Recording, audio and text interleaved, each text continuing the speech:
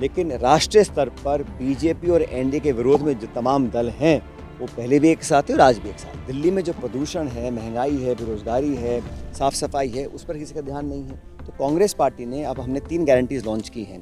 तो हम लोग कांग्रेस का अच्छा परफॉर्मेंस रहेगा। कल राहुल गांधी जी ने शानदार मीटिंग दिल्ली में करी है। 70 सीटों पे हम लोग मजबूती से लड़ेंगे और हर पार्टी चुनाव लड़ती जीतने के लिए।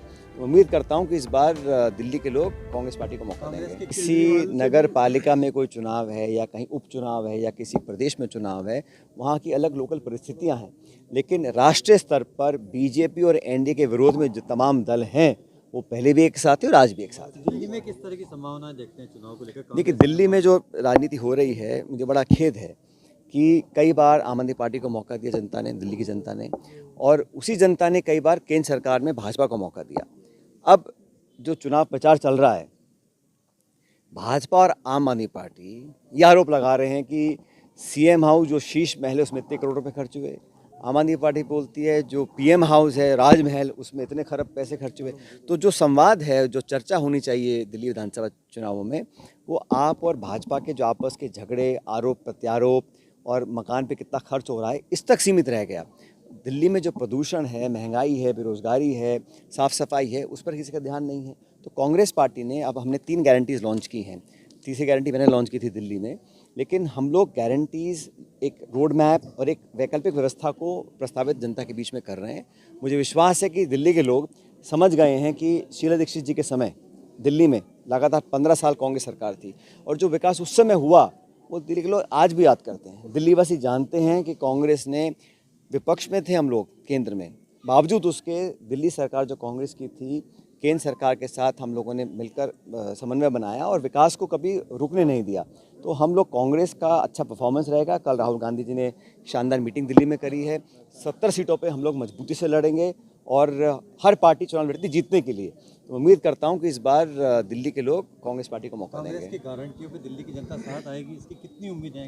भाई, हम तो उम्मीद करते हैं कि जनता समझ गई है कि आपस में सिर्फ वादे करना, जुमले देना और एक दूसरे को नीचे साबित करना, दिल्ली में दुर्भाग्यवश ये राजनीति आ गई है कि मैं तुमको कैसे नीचे साबित करूं, मीडिया में आरोप लगाऊं, कीचड़ उछालूं, उससे लोग परेशान हो चुके हैं और एक अलग तरह की अब राजनीति चाहते हैं और कांग्रेस वो बेहतर विकल्प बन सकता है, ऐसा मुझे विश्वास है।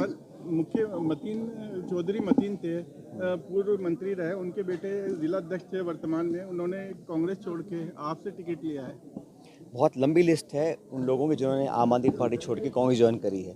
तो चुनाव से पहले लोग दल बदलते हैं, कोई बहुत बड़ी बात नहीं है, लेकिन हमारी पार्टी विचारधारा, हमारा चुनाव चिन्ह और हमारे एजेंडे पे चुनाव लड़ रही है। ये आरएसएस के मोहन भागवत का बयान है कि जो सही स्वतंत्रता दिवस है, इंडिपेंडेंस डे, वो स्थापना द्वादशी यानी जिस दिन राम मंदिर की स्थापना हुई वो है। इसको किस रूप में देख रहे हैं? ऐसा कोई कुछ भी कहे, लेकिन ये पूरा देश, पूरी दुनिया इतिहास जानता है कि इस देश की आज़ादी 15 अगस्त 1947 को हुई थी। अगर इसमें किसी को झूठ लगता है तो मैं कुछ कहना नहीं चाहता हूँ। मुख्यमंत्री विजय शर्मा कह रहे हैं कि विपक्ष कागज और पेन लेकर बैठे, उपलब्धियां हम 5 सालों में गिनाते रहेंगे। क्या कह रहे हैं?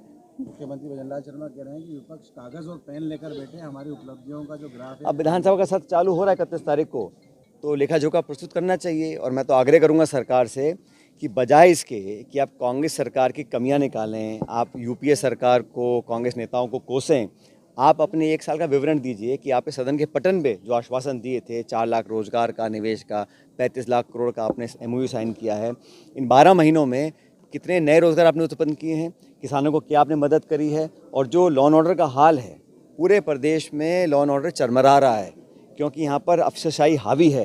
जन सुनवाई करने के लिए विधायक मंत्री को सुनता नहीं है, अधिकारियों के पास जाना पड़ता है। तो जो पॉलिटिकल मॉरल अथॉरिटी होती है सरकार की, वो गायब हो चुकी है। सरकार के आखिरी 6 महीने के जो फैसले थे उनको रिव्यू सरकार कर रही है। Mahatma Gandhi English medium school को बंद करने की तैयारी है, जिले खत्म कर, हम तो पूरे, कोई जांच कर ले, कोई जांच कर ले, निष्पक्ष जांच हो, हमें कोई आपत्ति नहीं है, लेकिन जांच के बहाने आप अपने काम ना करें और सिर्फ आरोप लगाते रहें कांग्रेस के ऊपर, ये मैं समझता हूँ ये पीछे हटने वाली बात है। जहाँ तक जिले ख़त्म करने की बात है, अगर सरकार एक पारदर्शी मापदंड बनाती कि इन मापदंडों के आधार पर हमने निर्णय लिए हैं तो समझा जा सकता था। मनमानी तरीके से जो बने हुए ज़िले थे उनको आपने समाप्त करने का काम किया 1 साल के बाद और कारण बताए नहीं कोई भी। तो हम तो उसका विरोध करेंगे, क्योंकि हम चाहते हैं कि ज़िले बनने से लोगों को फ़ायदा मिलता है, राहत मिलती है, सहायता मिलती है। अब सरकार ने उसमें मनमानी करी है, जो खुद के ज़िले वहाँ पर आपकी रुचि थी वो रख लिया आपने, बाकी सब खत्म कर दिए। तो कोई मापदंड नहीं है जनसंख्या का, क्षेत्रफल का, कोई मापदंड होना चाहिए था अगर आपको रिव्यू करना भी था।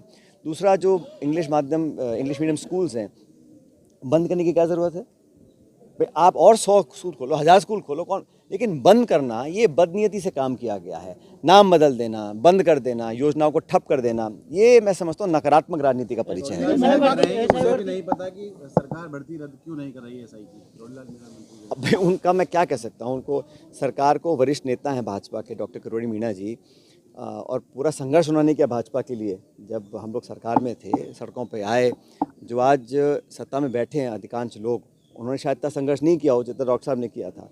अब उनकी बात नहीं मान रहे हैं, अब क्या कारण है मुझे पता नहीं, ना तो उनका इस्तीफ़ा एक्सेप्ट करते हैं, ना उनकी बात को मानते हैं।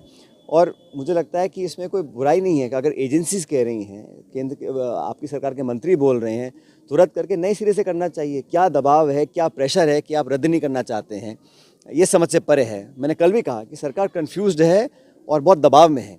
दबाव कहाँ से आ रहा है, ये भी एक जांच का विषय है। देखिए, मोहन भागवत जी के बयान हो रहे हैं कि राम मंदिर का जो निर्माण है,